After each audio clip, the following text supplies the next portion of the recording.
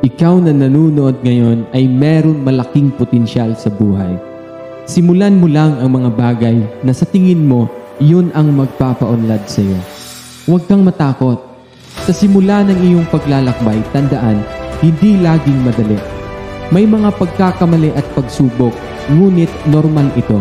Ang tagumpay ay hindi agad darating. Ito'y bunga ng sipag at dedikasyon. Huwag ma-pressure. Bawat hakbang ay bahagi ng pag-unlad. Ready sa pagbabago at mag-adjust sa any challenges. Hindi lang ito tungkol sa pera, kundi sa pagiging mas matatag at mabuting tao. Manatiling totoo sa sarili at i-accept ang kahinaan.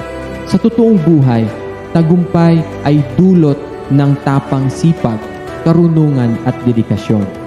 May pag-asa pa. Simulan mo na. And I know, I believe na kayang-kaya mo yan.